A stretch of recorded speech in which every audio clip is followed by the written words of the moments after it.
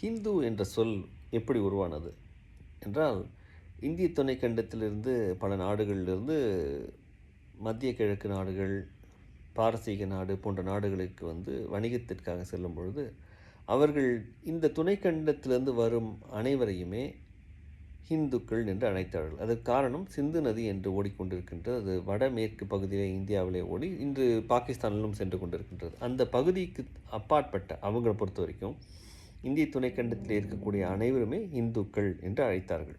அதாவது இந்த இடத்திலிருந்து வருபவர்கள் இந்துக்கள். அது மதம் ஆக இல்லை முதல்ல. அது ஒரு இடத்தின் குறியீடு. இந்த இடத்திலிருந்து வருபவர்கள் எல்லாமே இந்துக்கள் என்று தான் சொன்னார்கள். இது உண்மையிலேயே எல்லாரும் வரலாற்றை படித்தவர்கள் எல்லோருமே ஏற்றுக்கொள்ளக்கூடிய உண்மை. வெள்ளைக்காரன் இங்கே வரும்பொழுது அவர்களுக்கு மதம் என்பது மிகப்பெரிய ஒரு விஷயம். ஏன்னா அந்த கிறிஸ்தவ மதத்திற்காக அவர்கள் அந்த குரூசேர் என்று அழைக்கப்படக்கூடிய போர்களை நடத்தியிருக்கின்றார்கள். அவருக்கு இது ஒரு மிகப்பெரிய ஒரு செய்தி. அவர்கள் வரும்பொழுது சீக்கியர்கள் இருக்கின்றார்கள், ஜைன மதத்தை சார்ந்தவர்கள் இருக்கின்றார்கள், பௌத்த மதத்தை சார்ந்தவர்கள் இருக்கின்றார்கள், இஸ்லாமியர்கள் இருக்கின்றார்கள், கிறிஸ்துவர்கள் கூட ஏற்கனவே இருக்கின்றார்கள். ஆனால் இவர்கள் ஒரு சிறுபான்மை மக்கள் தான். அப்போ இந்திய துணைக்கண்டத்திலே இவங்க ஏதோ வழிபாட்டு முறைகள் நடந்து கொண்டிருக்கின்றது.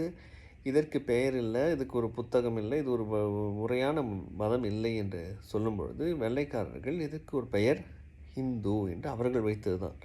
அப்போ இடக்குறியீடை எடுத்து ஒரு மத குறியீடாக மாற்றியவர்கள் வெள்ளைக்காரர்கள்.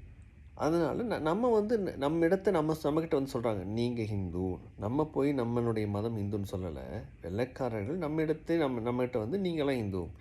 இந்தியா முழுக்க இருக்கக்கூடிய எல்லா வழிபாட்டு முறைகளையும் ஒரே ஒரு கொடைக்குள் அடைத்து நீங்கள்லாம் இந்துன்னு வெள்ளைக்காரன் சொன்னது தான் இன்றைக்கி நம்முடைய மதம் என்று நம்மக்கிட்ட நம்ம சொல்கிறாங்க, அரசாங்கம் சொல்கின்றது. அதை எடுத்துக்கொண்டு நாம் இந்து என்று எடுத்துக்கொண்டால் நம்முடைய அடையாளம், தமிழன் என்ற அடையாளத்தை சிறிது சிறிதாக இழந்து இந்த இந்திக்காரர்கள் பின்பற்றக்கூடிய இந்து மதம் என்பதை நம்முடைய மதமாக திணிக்கப்படும் நம்ம மேலே.